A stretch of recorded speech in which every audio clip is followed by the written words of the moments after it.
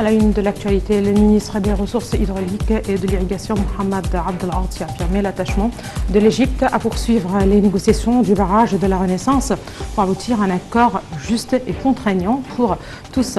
Lors d'une conférence ministérielle virtuelle tenue sous le titre des consultations en faveur de résultats, M. Abdel Aati a indiqué qu'au cours de négociations, l'Égypte avait fait preuve de souplesse, mais que le côté éthiopien avait réagi avec une intransigeance flagrante pour ne pas s'engager à un accord. M. Abdel Aati a cependant assuré que l'Égypte n'acceptera jamais aucune mesure unilatérale pour le remplissage et le fonctionnement du barrage. Selon le ministre, l'Égypte n'est pas contre le développement dans les pays du bassin du Nil, mais elle exige le respect des droits et des intérêts des pays d'aval.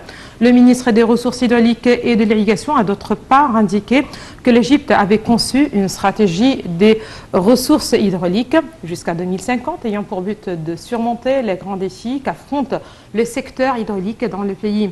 Cette stratégie dépend sur 4 axes, à savoir rationaliser la consommation de l'eau, améliorer la qualité de l'eau, assurer davantage de ressources hydrauliques et favoriser la bonne gestion de l'eau.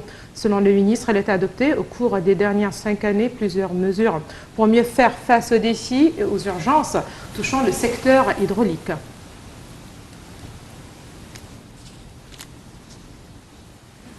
Israël a mené dans la nuit d'hier des frappes aériennes sur des cibles à Gaza après des lancers de ballons incendiaires depuis l'enclave palestinienne ayant provoqué des incendies en Israël. Les frappes israéliennes ont touché des sites d'entraînement sans faire de blessés selon des sources sécuritaires du mouvement Hamas au pouvoir dans la bande de Gaza.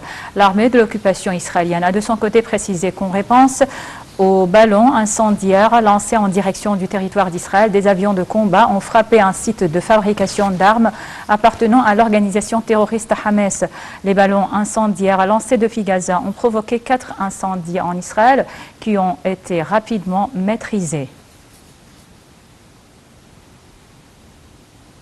Au Liban, le juge d'instruction en charge de l'enquête sur l'explosion meurtrière au port de Beyrouth a annoncé